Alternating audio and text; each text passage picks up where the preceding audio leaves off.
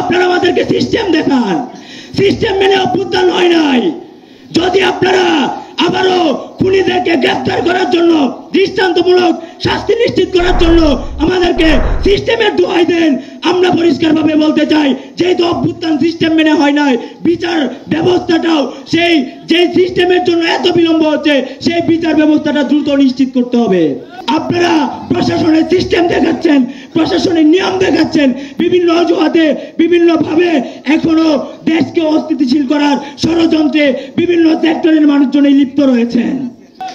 যদি আপনারা সিস্টেম দেখান, তাহলে বাংলাদেশের ছাত্র জনতা যারা অভ্যুত্থান করেছে তারা কিন্তু সেই সিস্টেম মানবে না, আইন মানবে না।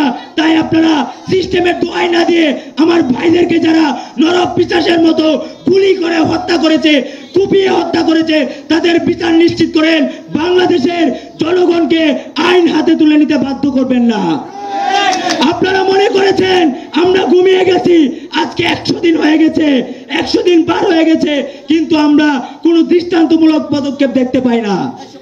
আমরা দেখতে পাচ্ছি অন্তর্বর্তীকালীন সরকারকে বিভিন্ন মহল বিভিন্নভাবে অসহযোগিতা করছে।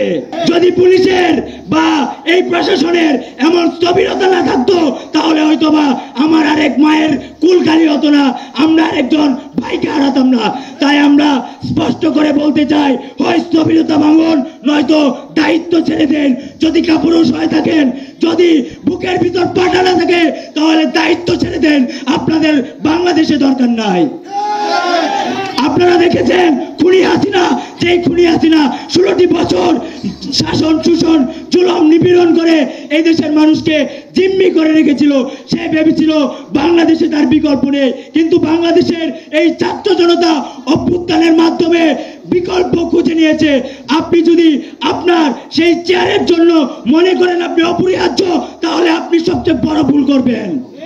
আমরা পরিষ্কারভাবে বলতে চাই, বাংলাদেশের প্রত্যেকটি জায়গায়, প্রত্যেকটি চেয়ারের জন্য আপনার বিকল্প দেশপ্রেমিক সবসময় প্রস্তুত রয়েছে।